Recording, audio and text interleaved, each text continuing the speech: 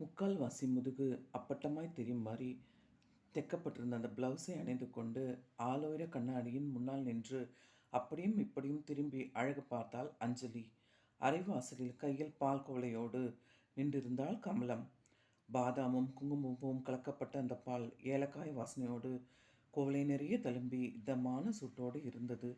குவளையை வாங்கி உதட்டில் வைத்து உறிஞ்சிவிட்டு காலியான குவளையை கமலத்திடமே நீட்டினாள். கமலம் தயக்கமாக அஞ்சலியை பார்த்தா. சின்னம்மா, சொல்லு. வந்து வார்த்தைகளை மென்று விழுங்கினாள் கமலம். ஏன் தயங்குற? என்ன வேணும்? 50 100 செலவுக்கு ஏதாவது வேணுமா? அதிகாரத்தோரணையோடு கேட்டாள் அஞ்சலி. பணமெல்லாம் வேணாம்மா. பின்ன நான் ஒன்று சொன்னால் தப்பாக எடுத்துக்க மாட்டீங்களே? நான் தப்பாக எடுத்துக்கிற அளவுக்கு நீ அப்படி என்ன சொல்ல போகிற கமலா?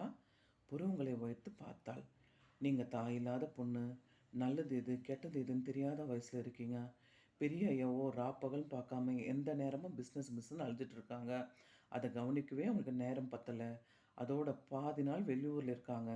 ஐயாவுக்கு உங்களை கவனிக்க நேரமே இல்லை. உங்கள் விருப்பத்துக்கே விட்டுட்டாங்க.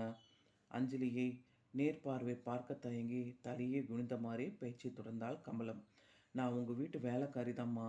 இருந்தாலும் என் மனசு கேட்கலம்மா. உனக்கு எனக்கும் உங்கள் வயசில் 2 பொண்ணுங்க இருக்காங்க. அதனால தாம்மா இதை சொல்கிறேன்.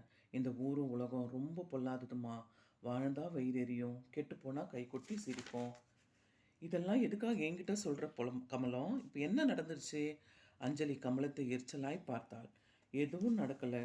ஆனால் இனிமேலும் எதுவும் நடக்கக்கூடாதுன்னு தாம்மா பயப்படுறேன். இப்போல்லாம் உங்களோட நடவடிக்கை கொஞ்சம் கூட சரியில்லைம்மா. தினமும் ராத்திரியில் நேரத்தை வீட்டுக்கு வர மாட்டேன்றீங்க. நேற்று ராத்திரி கூட நீங்கள் வீட்டுக்கு வந்தப்போ 12 மணி. உங்களை இன்னும் காலையில தவிச்சு போயிட்டோம்மா. கோட்டீஸ்வரட்டு பெண்ணாக இருந்தாலும் சில கட்டுப்பாடுகளை மீறக்கூடாதும்மா. அதை கடைப்பிடிச்சி தான் ஆகணும். இல்லாட்டி ரொம்ப ஆபத்தும்மா. உங்கள் அம்மா வயசுலேருந்து நான் சொல்கிறேன்.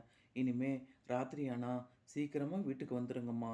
வீட்டுக்குள்ளே இருக்கிறப்ப நீங்கள் எப்படி வேணாலும் இருக்கலாம். வெளியே போகிறப்ப உடம்பு தெரிகிற மாதிரி அரியும் குறையுமா ஆடை கொடுத்துட்டு போகக்கூடாதும்மா. உங்களோட நல்லதுக்காக தான் சொல்கிறேன். ஏதாவது தப்பாக இருந்தால் என்னை மன்னிச்சுக்குங்கம்மா. தழுதழுத்த குரலில் கமலம் சொல்லி முடிக்க அஞ்சலியின் கண்கள் சிவந்து போயிருந்தது. அழகான முகத்தில் ஆத்திரம் தாண்டவம் ஆடியது. கமலத்தை வயதானவர் என்றும் பாராமல் அவளுடைய கன்னத்தில் ஓங்கி ஓர் அறை விட்டாள். கமலத்தின் கன்னத்தில் பூச்சி பறந்தது. காது சவ்வே கிழிந்து போய்விட்டது போல் வலித்தது.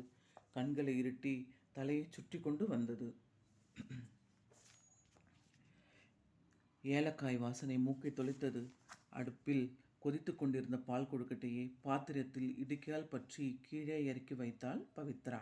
அந்த 3 அடுக்கு எவர்சிலர் கேரியரை எடுத்து 3 அடுக்கிலும் மிதமான சுட்டில் இருந்த பால் கொழுக்கட்டைகளை நிரப்பினாள்.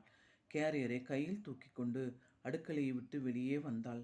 கொல்லைப்புற கிணற்றடியில் பாத்திரங்களை கொட்டி தேய்த்து கொண்டிருந்தாள் தாய் தனம். தனத்திற்கு அக்கம் பக்கம் வீட்டில் இருப்பவர்களோடு பேச பிடிக்காது. யார் வீட்டுக்கும் அனாவசியமாக போக மாட்டாள். தான் உண்டு, தன் வேலை உண்டு என்று இருப்பாள். பவித்ரா அப்படி இல்லை. எல்லோரிடமும் பழகுவாள், கலப்பலப்பாக பேசுவாள். அது தனத்திற்கு அறவே பிடிக்காது. அதனாலேயே தாய்க்கும் மகளுக்கும் அப்பப்போ சிறு சிறு சண்டைகள் வருவதுண்டு. 2 நாட்கள் ஒருவரோடொருவர் பேசிக்கொள்ளாமல் இருப்பார்கள். 3ஆம் நாள் பேசிவிடுவார்கள். இப்போது கூட பவித்ராவை கேரியரும் கையுமாய் தனம் பார்த்தால் போதும், தோண்டி தொலைத்தெடுத்து விடுவாள். எங்கடி போற? யாருக்கு கொடுக்க போற? இறைந்து கூச்சல் போடுவாள். அதனாலேயே அவளோட கண்களில் தெரியாமல் கேரியரை மறைத்து கொண்டு திண்ணைக்கு வந்தாள் பவித்ரா. சாய்வு நாற்காலில் படுத்துக்கொண்டு அன்றைய செய்தித்தாளை வாசித்து கொண்டிருந்தார் அப்பா ராமசுப்பிரமணியம். அரசு அலுவலகம் ஒன்றில் ரிட்டையர்ட் கிளார்க். தினம் 4 தடவை காப்பி படிக்க செய்தித்தாள் இருந்து விட்டால் போதும்.